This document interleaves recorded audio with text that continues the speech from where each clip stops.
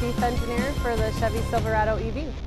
You're a woman and a lady. It's not a typical lady's career. What made you do that? I was always good at math and science, and my parents were just super supportive of try to go do something you're really good at. And so I didn't know I wanted to do engineering when I went into college. I just knew that I wanted to do more math and science. When I got into college, I started taking some engineering classes because they combined math and science. And it turned out that I became a mechanical engineer. It was just... And you knew from the beginning you were going to be working for GM?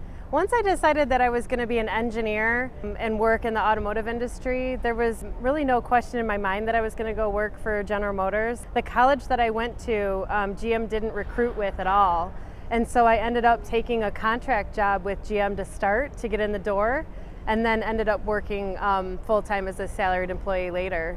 I didn't ever consider anywhere else. And you've been working for GM for, you said, like at 25 years? I think it's almost 25 years now. I'll have to do the math. So Started in 19, I'm only 30. I started when I was 10, so it's totally fine.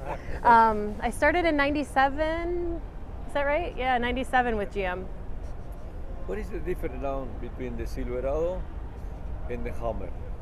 So the Hummer is a wide track version. It's the Silverado EV is our narrow track, our I'll just say traditional 80-inch track stance that all of the traditional full-size pickup trucks are usually on, light-duty pickups. We share the same Ultium architecture battery. We share some of the same motors and some of the same structure components like our front shock towers. But other than that, this is really the first battery electric truck architecture that will build forward to all of our, I'll just say, regular stance pickups and SUVs. You always working with electric car, or you working with the combustion car before? This is my first electric vehicle assignment. I actually was an ICE girl, I'll say that. I am a full-size truck vehicle owner.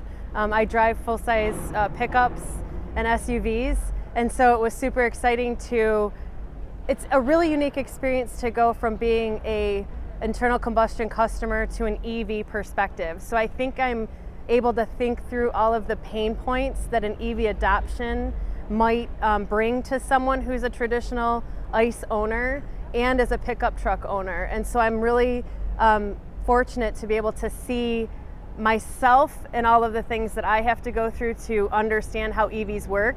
And we're designing to those pain points to alleviate that stress for customers. Where do the batteries go here? What's that? The batteries, where they go? The batteries are underneath the truck itself. Okay. So there's a Ultium battery pack. That Ultium battery pack sits underneath the vehicle. It actually allows us to have a really low center of gravity in the truck. So the vehicle dynamics are really awesome. The truck itself is very refined when it drives because the center of gravity is low. That pack is used interchangeably with the Hummer EV and with some of our other EV products. So that Ultium structure is really about having scale and flexibility to put any body, any kind of vehicle on top of that battery architecture. However, we were talking before, so normally this is a typical structure in an EV now. Yes. So the battery goes between the axles, but you were telling me before that somehow this is a kind of different solution. It was a wonderful analogy that you call it like a Lego. Like Yeah. So what I like to describe this as is the Ultium battery structure is really like a Lego. It's that basis to the vehicle. Yes, and then you know how when you take your Legos, you can build a truck on top of it, you can build a car on top of it, you can build a van on top of it, you can build the commercial vehicles on top of it. You can put anything you want, but that brick, I'll just say that golden Lego brick, always stays consistent. And so when we design the cell technology, when we design our propulsion systems, everything becomes interchangeable and is really modular now so that that Lego can go into any kind of a product. That really enables our sustainability that we're looking for in the future with the 35 vehicles that we're going to be coming out with by 2025. Now, you say the range is 400, right? Yep. Now, what is the question if you ask you, The range included, if you put the conditioner, the radio, if you go a little more speedy, what will be the range? It will be the same? So all of the range numbers are calculated based off the EPA range cycle, so they already have you running some of those loads already. So the EPA sort of says this is what the normal range or the normal usage of a vehicle would be on an EPA cycle, and so it takes into account certain loads being on already in the vehicle. Of course, if you're taking charge, off-board charge, we've got these 10.2 kilowatts of charge capability. If you're trying to charge or run something in the vehicle while you're driving, your range will be reduced because you're off-boarding some of that battery usage. If you're in extremely cold or hot conditions, the battery can be affected with its range. But in general, what a normal drive would be to you with setting your ambient in your vehicle at 74 degrees. I mean, all of those things are taken into account with 400 miles of range. I mean, the climate will change the range. Yeah. If in the winters, the very, very high winters, like a 10, 20 below, that will be different than the 73 normal, right? It is different. Yeah. There is software inside of the vehicle, though, that allows us to condition the battery so that before it goes out into that environment, it's preheated. And so it takes off some of that drop, that fall off that you would see in cold temperatures, because the battery itself can handle cold temperature. It's that when the battery gets cold, it loses its capability. So if we can keep the battery warm by pre-warming the battery before you drive, the amount of fall off in range that you get in those cold temperatures is not as dramatic. So it's all about software and really integrating a lot of technology to reduce those fall-offs in those environmental conditions. How related are this electric Silverado to the regular gas Silverado? Totally different vehicle? Totally different. Rear independent suspension is new. It is not what is on the current Silverado today. All new body, doors, the roof. So it's not an electric version? That is not an electric version of the body-on-frame Silverado today. Completely redesigned, completely reimagined, all new tooling, all new parts, really focused on dedicating a unique EV experience for a Silverado pickup owner. 24-inch wheels. 24-inch wheels and tires, which is a first for our Silverado full-size pickup. Quite frankly, a first in the pickup market. This truck, the RST, is definitely the more urban feel.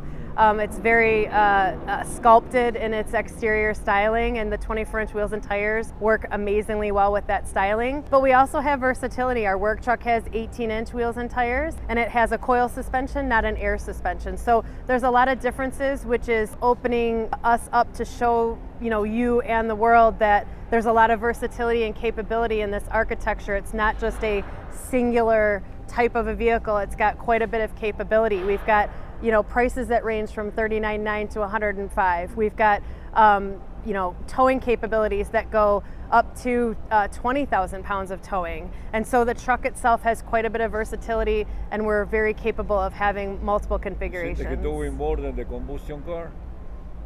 I'm not going to comment on weight, but certainly battery technology with the 24 mods in it has some weight that comes with it. We're constantly improving that cell technology to reduce weight and still get 400 plus miles of range. And so I think from an equivalency perspective, there's some efficiencies that we can gain across the EV architectures. And of course, ICE trucks have engines and exhausts and other componentry that weigh, have mass along with it as well. Importing from the Avalanche some elements? Which one? Yeah, so we didn't set out to be an Avalanche. I think people are picking up on that sail panel cue from the Avalanche, and then also the midgate that we are offering. The sail panels on the truck were designed, number one, from an aesthetic perspective. We really wanted this to have a different kind of appearance. Again, that more athletic and sculpted look. The other thing is that this truck has been designed with aerodynamics in mind. Every inch of this truck has been designed to have optimal aerodynamic performance. So those sail panels in the back actually allow the air to stay connected to the truck as you go past the cab. Traditionally, that air separates and you don't get as good of aerodynamics. Having those sail panels there keeps the air connected, and it's contributing to that 400 miles. The midgate is actually pretty awesome in that there's a pass-through, so you don't have to fold the whole midgate down. You can just pass through cargo up to 9 feet with it covered with the tonneau cover on and the tailgate up. Over 10 feet 10 inches if you're going to put the tailgate down. It allows you to slide that, that cargo or a kayak through into the cabin, and you can still have a person sitting in the back seat on the 40% side, which is pretty amazing. And then you can fold that 40% down, have a 4x8 piece of plywood slide in there. Still, again, maybe you're doing drywall work and you don't want out here in the rain where it's turning from snow to rain that you don't want it covered from the elements. So that can slide in and you're not getting any rain or water in on it because you've got the tonneau cover on. And then you can totally open the entire back of the truck by storing the glass in the gate, folding the gate down, and you have full access to the whole open cab environment. This big gate is easier to operate compared to the old Avalanche? There's definitely improvements in the mid-gate function, in the way that it works. There's some electronics in there now that make it easier to, number one, make sure that it's shut, and number two, to open it and reconfigure it. And they have the same ADAS function as the Silverado, the normal Silverado, no? The security for the ADAS, security.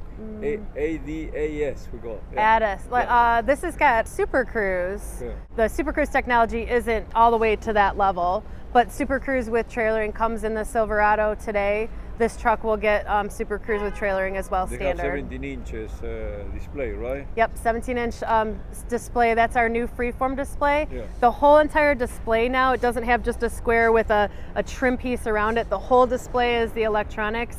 We're integrating virtualization of switches. So, there's a lot of OEMs that are going to remove physical switches and going to virtualization in the screens. It can be very confusing for customers because you have to search through all the screens to find the switch that you're looking for, to find the function. We're actually doing something different where we're integrating the way that we have switches. There's a persistent square, there's a persistent area where you can go to the highly used switches that we have today physically, but on the virtual screen. So it's kind of a really great mix of, we want to virtualize and clean up the physical switches, but at the same time, we want you to be able to seek them out quickly when you are in need of them. Also, you say the technology, they can change when they're coming down, you can change by air, right? Like the Tesla, they say. Yeah, so I think the Ultify electrical architecture is one of the first ones that we're going to come out where we've talked about separating the software layer from the hardware layer. So we're putting in the most capable technology from a memory and processing power perspective in all of the hardware. And then from there, we are now integrating the software internally within General Motors, and we're able to make the software changes very quickly. It allows for over-the-air updates, number one, but it also allows for personalization and customization post-purchase for the customers. So we can create apps, we can create personalization that you can download to your vehicle. It doesn't just have to be over-the-air updates for service. So let's see, somebody lost it in the middle of nowhere, you can find where they are. Absolutely. OnStar is always there to help you.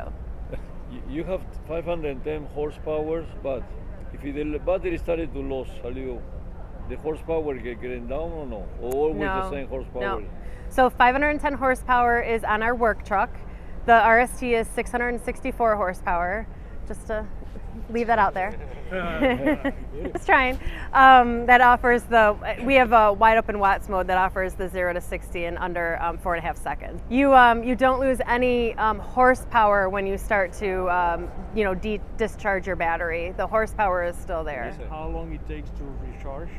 350 kilowatt, which is, by the way, leading in the EV segment as well. 350 kilowatt DC fast charge. We're doing 100 miles in 10 minutes. We have those numbers right now. The other numbers will come out as we get closer. Now, I will say that I think across the EV industry, trying to charge a battery at 120 volts, 240 is what folks will need in their houses to charge at a reasonable rate. General Motors is working with any company, like, I don't know, by Amazon, they put the charge in the house or no? Yeah, so GM itself has a in-home unit that we're going to be offering with our EVs where people can purchase them. I think they work with some sort of an electrical company, but nevertheless, the unit itself is capable of getting hooked into your house supply, and it can charge any SAE standard plug, so it'll charge any GM EV vehicle. When is it going to be on sale? Is this a 2024? This is a model year 24. Spring of 2023 is our work truck. Our RST is coming out in the fall of 2023. You can go online today at Chevrolet.com and reserve a vehicle today. We've actually sold out our work truck orders. We're doing our work truck first to really work with our fleet customers. We have sold out our first RST first edition orders, which is the initial fall of 2023 orders. And then there is a opportunity for people who are continuing today to go to Chevy.com and get reservations for a place in line that they can choose the vehicle that they want to build. That vehicle build shows a range of price between $39,900 and $105. So wherever your place in line is, whatever's available at that time for you to pick from, you'll be able to choose your vehicle then. My last question. That was I your don't know last if question. No, That was your last question. My last one. No, Your this is last the last one? This is the last one. Okay. You are for GM since 25 years ago. Yeah. So, but this will be like maybe 5 years after that. What GM learned for the EV1? Oh, I don't know. I wasn't around then. I don't even feel like I was around then. What did we learn? I don't know. I was not. I was like a little pup then. I was in the elementary school during EV1. I That's think. what I. I don't know. I don't have an answer for that one. That's good. I've never had that question before. Yeah, you see the movie or no? I did. I did watch the movie. I hate that movie, you know. No comment. Yep.